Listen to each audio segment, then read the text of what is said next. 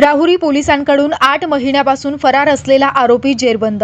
देवळाली प्रवराचे नगराध्यक्ष सत्यजित कदम यांच्यावर हल्ल्याचा रचला होता कट।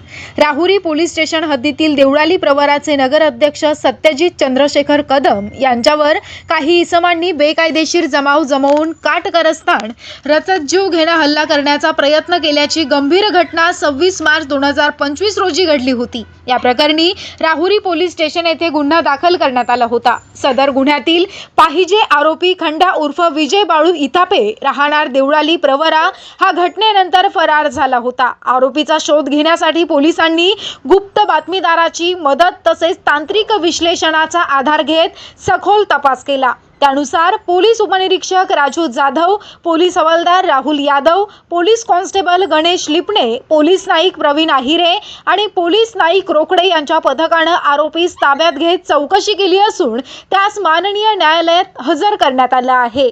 ही कारवाई अहिल्यानगरचे पोलीस अधीक्षक माननीय सोमनाथ घारगे, अप्पर पोलीस अधीक्षक श्रीरामपूर माननीय सोमनाथ वाकचौरे तसेच उपविभागीय पोलीस अधिकारी श्रीरामपूर विभाग माननीय जयदत्त भवर यांच्या मार्गदर्शनाखाली करण्यात आली। राहुरी पोलीस स्टेशनचे पोलीस निरीक्षक संजय आर ठेंगे यांच्या नेतृत्वाखाली पोलीस उपनिरीक्षक Raju Jadhav, police head constable Rahul Yadav, police constable Ganesh Lipane, Sachin Tajne, police नाईक प्रवीण आहिरे व रोकडे यांनी ही यशस्वी कारवाई केली। सदर गुन्ह्याचा पुढील तपास पोलीस उपनिरीक्षक राजू जाधव आणि पोलीस कॉन्स्टेबल गणेश लिपणे करत असून या कारवाईमुळे परिसरात समाधान व्यक्त करण्यात येत आहे।